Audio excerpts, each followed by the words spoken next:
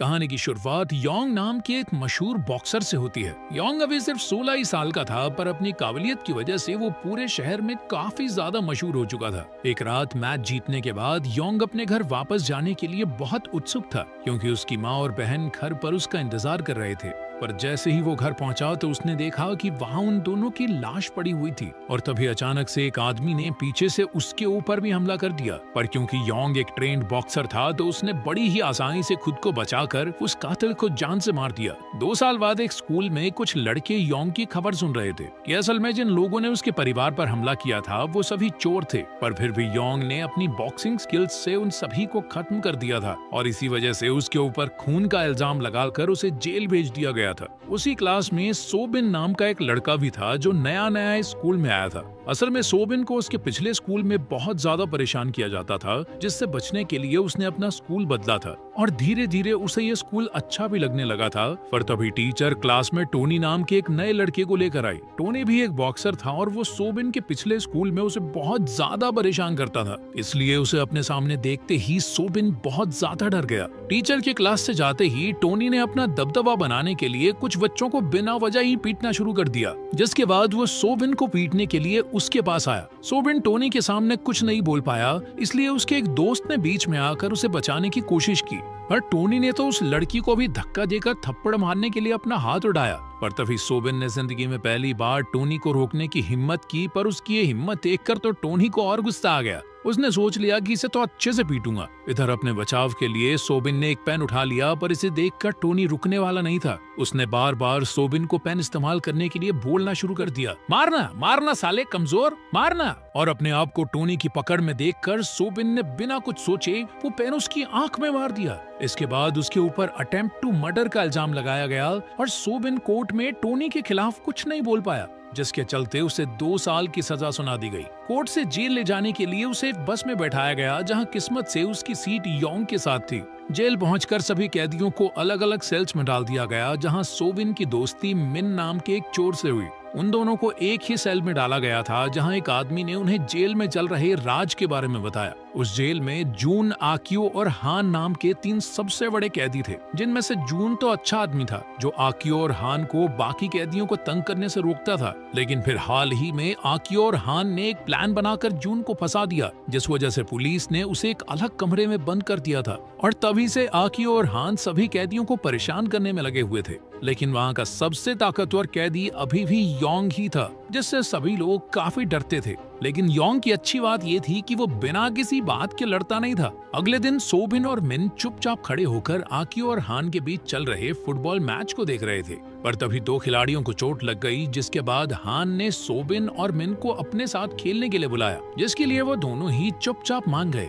पर सोबिन को फुटबॉल ज्यादा अच्छे से खेलनी नहीं आती थी, जिस वजह से हान की टीम हार रही थी, और वो किसी भी हाल में इस हार के लिए जिम्मेदारी लेने वाला तो था नहीं। इसलिए उसने आंख बंद करके बॉल को लात मार दी, पर गलती से वो लात सीधा आकियो की टांगों के बीच में जाकर लगी, जिसके बाद गहने फूटने की वजह से दर्द के मारे आकियो जमीन पर गिर गया। वो बहुत ज्यादा गुस्से में था, और इसलिए उसके लोगों ने सोबिन को खींचकर अपने सेल में ले जाना शुरू कर दिया। वहीं दूसरी ओर सोबिन बहुत ज्यादा डरा हुआ था, और उसे अपने पिछले स्कूल में किए हुए टॉर्चर की यादें आ रही थी, जिस वजह से वो उन लोगों से रहम की भीख मांगने लग गया। लेकिन उनके ऊपर इसका कोई असर नहीं हुआ। पर तभी उन लोगों की नजर पास से ही गुजर रहे योंग पर पड़ी, जिसे देखते ही उन्होंने ऐसा बर्ताव किया मानो वो सोबिन के दोस्त ही थे। और उनके इस बर्ताव को देखकर सोबिन समझ गया कि जेल में सभी लोग योंग से डरते हैं, और अपने आप को बचाने के लिए वो तुरंत ही योंग की तरफ भागा। वैसे तो योंग फालतू चक्करों में पड़ता नहीं था, लेकिन अपने सामने सोबिन को यूं गिड़गिड़ाते हुए देखकर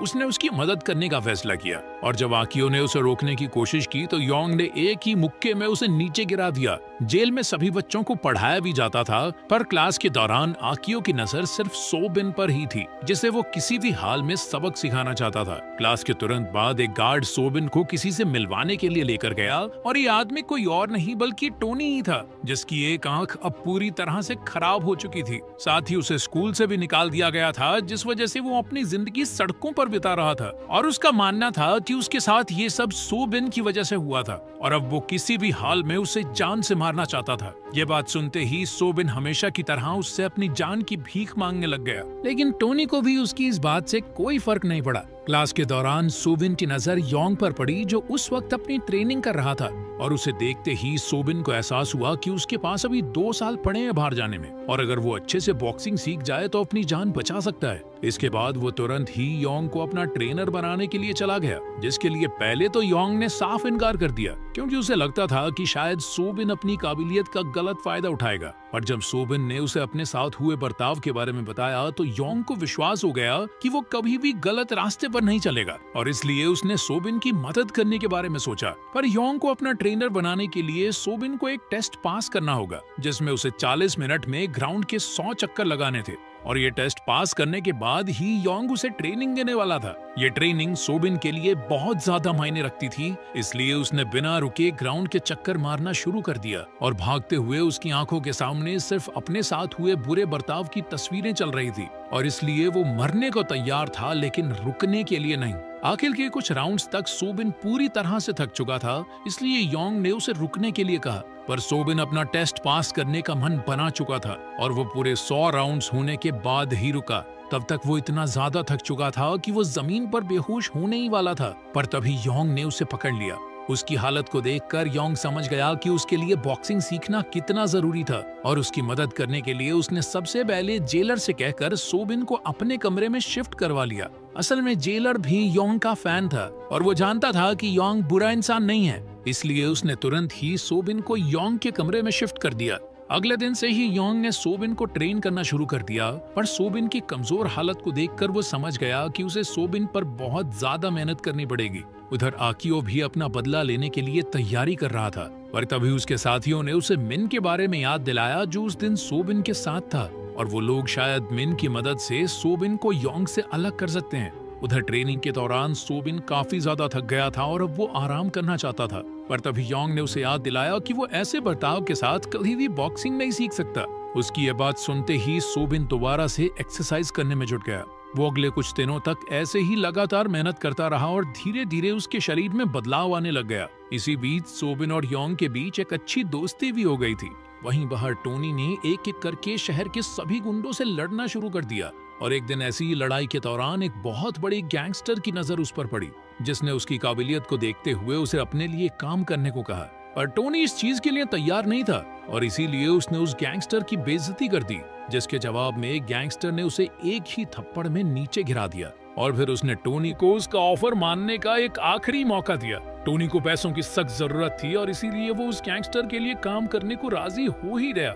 उधर जेल में लंच के टाइम मिन ने सोबिन को बताया कि कुछ ही दिनों बाद योंग को बड़े लोगों की जेल में भेज दिया जाएगा, जिसके बाद सोबिन को आंखियों से बचाने वाला कोई नहीं होगा। ये बात सुनते ही सोबिन काफी निराश हो गया, क्योंकि योंग ने उसे इस बारे में कुछ भी नहीं बताया था, और इसलिए वो तुरंत ही योंग से बात करने के लिए चला गया। पर योंग ने उसे समझाया कि कभी ना कभी तो उसे खुद के लिए लड़ना ही पड़ेगा ना, और वो समय जल्द ही आने वाला है। तो उसकी बात मानकर सोबिन दोबारा से ट्रेनिंग में लग गया। उधर आकियो के आदमी मिन को तंग कर रहे थे, पर तभी सोबिन वहां पहुंच गया, और जब उन्होंने सोबिन को धमकाने की कोशिश की तो उसने अपनी बॉक्सिंग स्किल्स से उन्हें पीट दिया। जैसे ही ये बात आकियो तक पहुंची तो उसने उन दोनों लड़कों से कहा कि जल्दी जाकर उसे मेरे पास लेकर आओ। पर अब वो दोनों सोबिन की मार से इतना डर रहे थे कि उन्होंने सोबिन के पास जाकर उससे मदद करने के लिए कहा, जिसके बाद वो चुपचाप खुद ही आकियो से मिलने के लिए पहुंच गया, जहां उसने सबसे पहले आकियो से अपनी गलती के लिए माफी मांगी। पर आकियो को इस बात से कोई फर्क नहीं पड़ता था, और उसने तुरंत ही सोबिन पर हमला कर दिया। पर अब ये पहले वाला सोबिन नहीं रहा था, उसने भी अपने बचाव में आकियो से लड़ना शुरू कर दिया।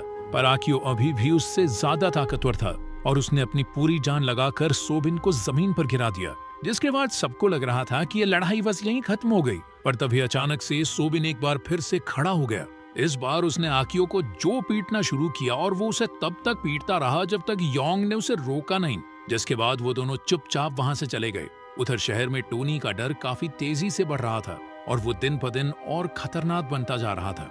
उधर योंग के साथ अपनी आखिरी ट्रेनिंग के दौरान सोबिन ने लगभग उसके चेहरे पर एक मुक्का मार ही दिया था, लेकिन इसी के साथ उन दोनों का साथ भी खत्म हो गया, क्योंकि उसी दिन योंग को दूसरी जेल में भेजा जाना था। जाने से पहले योंग ने उसे हमेशा मेहनत करते रहने को कहा।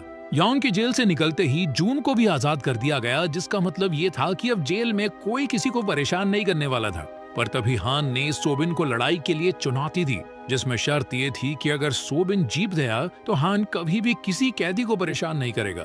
और इस लड़ाई के लिए उन्होंने 5 दिन बाद मिलने का फैसला किया। इसी बीच टोनी दोबारा से सोबिन से मिलने आया, क्योंकि जेल के बाहर तक सोबिन की ट्रेनिंग के चर्चे चल रहे थे। लेकिन वो डरने की बजाय काफी खुश था, क्योंकि अब उनकी लड़ाई टक्कर की होने वाली थी। कुछ दिनों बाद मैच के दौरान हान और सोबिन एक दूसरे को कांटे की टक्कर दे रहे थे, और सोबिन की कड़ी मेहनत के सामने हान भी ज्यादा देर टिक नहीं पाया और अपनी हार मानते हुए उसने अपने वादे को पूरा करने का फैसला किया। उस दिन के बाद से जेल में कभी भी किसी को परेशान नहीं किया गया, और धीरे धीरे सभी लीडर एक दूसरे के काफी अच्छे दोस्त भी बन गए। कुछ इसी तरह सोबिन की कैद के 2 साल भी बीत गए, और जेल के बाहर निकलते ही उसका सामना टोनी से हुआ, जिसने बिना कुछ बोले ही उससे लड़ना शुरू कर दिया। उनकी लड़ाई के दौरान हमने देखा कि वो दोनों ही इतने फुर्तीले थे कि वो एक दूसरे को एक मुक्का भी नहीं मार पा रहे थे। पर थोड़ी देर बाद टोनी ने ठीक पहले की तरह सोबिन को पीटना शुरू कर दिया। पर तभी जमीन पर पड़े सोबिन की आंखों के सामने योंग का चेहरा आया। वो फिर से उठ खड़ा हुआ और लड़ना शुरू कर दिया, और इस बार उसने योंग की बताई हुई एक खास टेक्निक का इस्तेमाल करके ऐसा मुक्का मारा जिससे टोनी चाहकर भी खड़ा नहीं हो पाया। टोनी को हराने के बाद सोबिन चुपचाप वहां से चला गया। दूर होने के बावजूद भी उसकी और योंग की दोस्ती अब भी बरकरार थी।